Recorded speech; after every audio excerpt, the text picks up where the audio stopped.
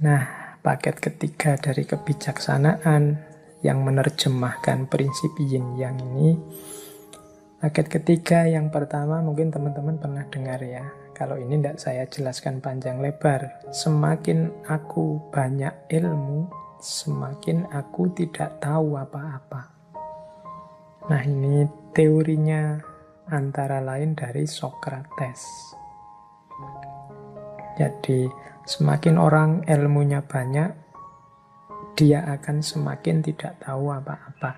Kita sering menganalogikannya dengan padi. Padi itu semakin tua kan semakin berat, dia semakin menunduk. Jangan lupa, ini prinsip ini kan yin yang. Jadi semakin orang tahu, itu yang. Semakin dia tidak tahu, yin. Tahu dan tidak tahu ini bertentangan kan. Tapi ternyata juga satu paket. Orang pinter itu, kalau dia sadar tentang ilmunya, pasti dia menunduk. Bukan kok terus direkayasa biar menunduk atau dipaksa dirinya biar menunduk. Karena belajar orang harus tawaduk terus memaksa dirinya tawaduk. Enggak. Jadi orang pinter yang sadar dengan ilmunya itu otomatis dia akan menunduk. Dia akan sadar bahwa sangat banyak hal yang dia tidak tahu dibandingkan yang dia tahu. Mungkin teman-teman yang rajin baca, yang rajin ikut kajian, yang rajin ikut diskusi-diskusi, seminar itu, semakin banyak ikut seminar, diskusi, kajian, ngaji, baca buku, itu kan semakin teman-teman sadar bahwa ternyata sangat banyak hal yang selama ini saya tidak tahu. Ternyata saya harus masih tahu ini dulu, tahu itu dulu. Yang selama ini saya tidak tahu apa-apa. Dan masih lebih sangat banyak yang saya tidak tahu. Maka otomatis dia akan menunduk. Jadi bukan proses yang dipaksa. Orang tawaduk menunduk itu, tapi otomatis. Ini menjalankan prinsip yin yang tadi. Semakin orang banyak ilmu, semakin dia tidak tahu apa-apa. Baik, kemudian ini juga prinsip yin yang. Penemuan kebenaran kadang menjadi awal tragedi kemanusiaan.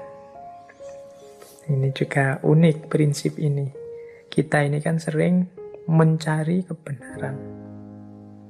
Begitu kebenaran ketemu, itu kan harusnya jadi modal untuk membuat hidup ini lebih baik. Hidup ini lebih berkualitas. Tapi seringkali cara kita mengelola kebenaran yang kita temukan itu tidak pas, sehingga kebenaran gandeng dengan kekhilafan kemanusiaan, gandeng dengan tragedi kemanusiaan. Ini seperti yin dan yang. Semakin manusia pinter di akal, seringkali semakin merosot di budi kemanusiaan.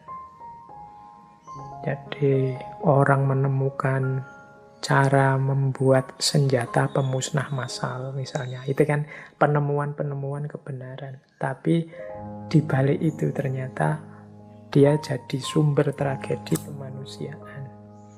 Orang menemukan kebenaran yang baru misalnya, oh ternyata yang dimaksud oleh agama itu ini toh, berarti yang benar ini, berarti yang selama ini salah.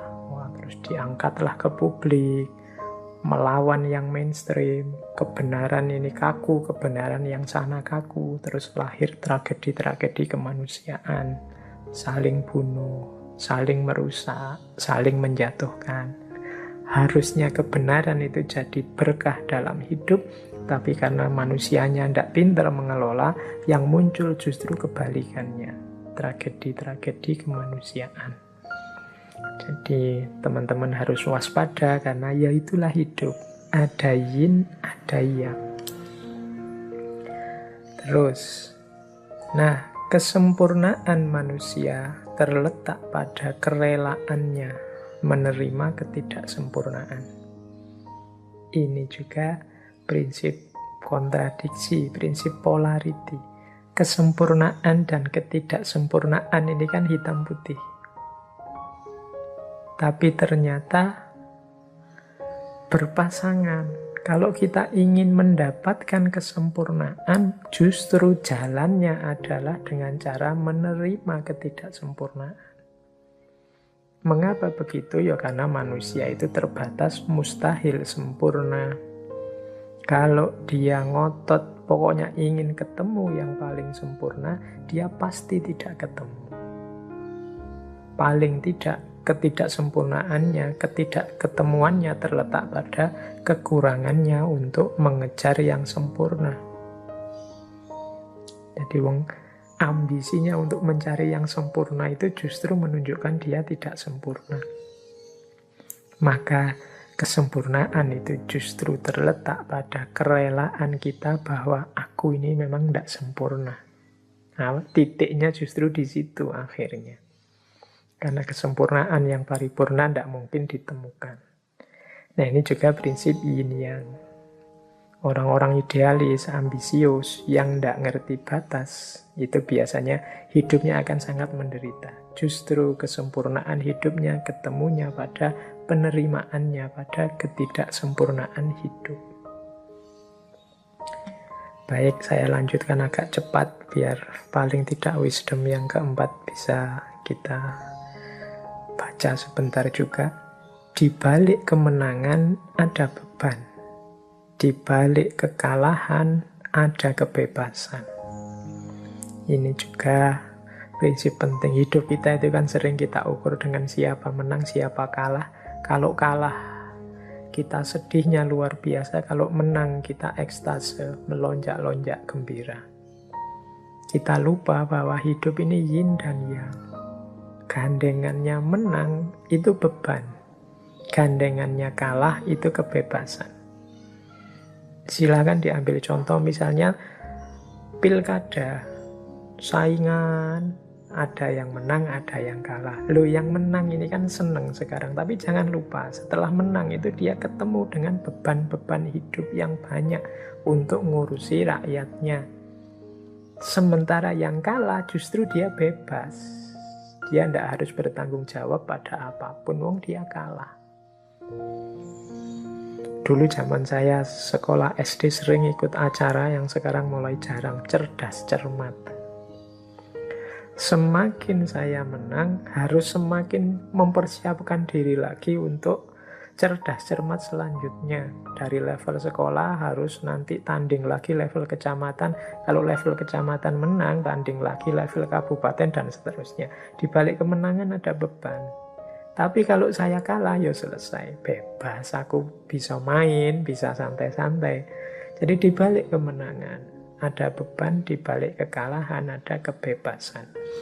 Yang kalah tidak akan ditanya, tidak akan dimintai pertanggungjawaban, tapi yang menang harus menuntaskan, mempertanggungjawabkan beban yang harus dia sandang. Jadi ini prinsip yin yang juga, teman-teman. Jadi kalau berarti apa? Yo kalau menang tidak harus jumawa, tidak harus merasa besar, merasa gembira yang berlebihan. Jangan lupa setelah itu ada beban dan tanggung jawab yang harus ditunaikan. Sementara yang kalah, jangan terlalu sedih. Bahkan mungkin kalau melihat bahwa engkau sekarang bebas itu mungkin alhamdulillah lah, bersyukur. Sekarang tidak ada tanggung jawab lagi, tidak ada beban apa-apa lagi. Sudah terlanjur kalah. Kalian misalnya yang kuliah, lulus tercepat, terbaik, menang kalian. Tapi jangan lupa di balik kemenangan itu ada sudut sisi kebalikannya. Di situ ada beban tanggung jawab.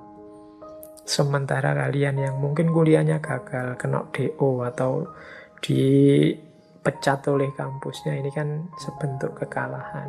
Tapi justru setelah itu kan kamu bebas. Tidak ada lagi dikejar-kejar dosen, tidak ada lagi tugas macam-macam, tidak ada lagi tuntutan macam-macam dari kampusmu. Di balik kekalahan ada kebebasan, yang menang ada beban, dia harus melakukan ini, melakukan itu. Khawatir nanti kalau orang itu kan lulusan terbaik kok kayak gitu. Kamu dulu IP paling tinggi, sekarang kerjaannya cuma itu dan lain sebagainya. Nah, itulah hidup. Maka luweslah, terbukalah. Tidak usah terlalu kaget dengan dinamika-dinamika hidup yang macam-macam tadi. ternyata di balik yang menang ada beban, di balik kekalahan ada kebebasan.